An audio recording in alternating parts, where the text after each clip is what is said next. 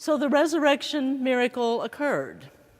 Christ is risen. Christ is risen indeed. The living Christ is alive in us, empowering us to reconcile, renew, restore, transform the whole world. As we just read in Christ, God is reconciling the world to God's self.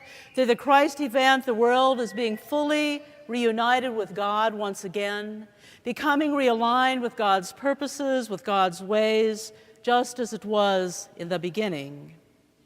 Through the living Christ, we are drawn into deeper relationship with the holy, living more fully the Imago Dei, the divine image within us, lured into a wholeness complete enough that God entrusts us with the divine message of reconciliation, with the ongoing work of reconciling all the world, aligning everything that is with the goodness, the wholeness, brought into being through the holy creativity of divine love as it was in the beginning and as it is over and over and over and over again.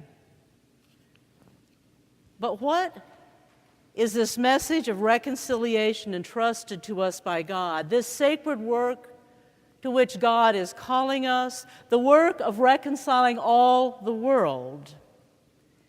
Often, Christians seem to think individualistically when it comes to reconciliation. Somehow reconciliation gets reduced to our own personal relationship with God, as if the individual, as if we as individuals have a special connection with the divine that is unrelated to the rest of life. Kind of brings to mind, to me, the old country western religious song, "Me and Jesus got our own thing going. Me and Jesus got it all worked out. Me and Jesus got our own thing going. We don't need anybody to tell us what it's all about." Some of us, however, might recognize that living the Christian life calls us a bit further beyond ourselves than perhaps this song, also impacting our interpersonal relationships, encouraging us to reconcile with one another, healing brokenness, bringing wholeness wherever possible. Some of us have an even broader understanding of our relationship with the living Christ. We know it's about a whole lot more than just me and Jesus, and even my relationships with other individuals. We understand that much of what we know about ourselves and about God, about others in the world, happens in Christian community as we learn and love and pray and work together, supporting and challenging each other along the journey. Our understanding expands as well to the other communities of many kinds, where our lives intersect with a broad array of God's people, broadening our perspectives, keeping us honest, and helping us to grow as we work side by side toward common purposes with the wide diversity of our sisters and brothers. Once you've lived in the transforming experience of community, you know deep in your heart that following the Jesus way is a whole lot bigger than me and Jesus got our own thing going, a far cry from we don't need anybody to tell us what it's all about. Once you've known the power of genuine community, you know following Jesus is much more extensive than one-on-one relationships. You know the deep need for the encouragement and support of community in living out the call God has on your life. But as wonderful as all of this is, many of us get stuck there loving our community without seeing how all-encompassing the immeasurable power of divine love in our midst, in our lives, really is.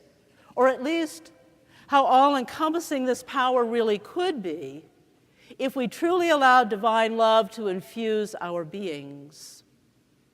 Can you imagine the holy, creative power of divine love that we might experience if we live synchronously, in unison, with all living things, with the whole created order? If we truly are rooted and grounded in love, fully grasping the breadth and length and height and depth of the love of God for all creation, can you imagine what might be possible? If we really are filled with the fullness of the holy, Can you imagine what we might be able to do?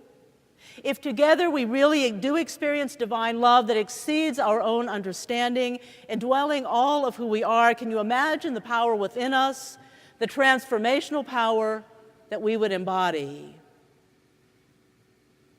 God's power is at work in us, doing far more than we can possibly imagine, changing our individual lives and impacting our relationships with one another, even shaping our faith community, indeed all of the communities where we spend our time, and in fact, reconciling all the world, transforming all creation to wholeness and health, restoring God's good earth and all living things to the original blessedness, renewing the earth so it really can be world without end.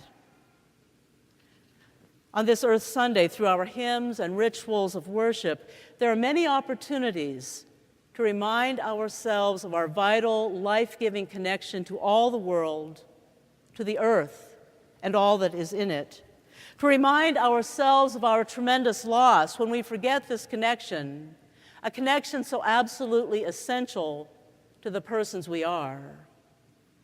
This morning, we have opportunities to recommit ourselves to knowing ourselves as creatures connected to all other creatures, to all living things, to align ourselves with our God-given responsibilities to protect and restore the blessed goodness built into creation itself. Our liturgy this morning refocuses us on God's call on our lives to broad and inclusive understanding of reconciliation that encompasses indeed all the world, a world that can only be world without end forever and ever if we step up, seriously embracing the responsibility given to humanity from the beginning of time, the responsibility to care for the earth and all that is in it.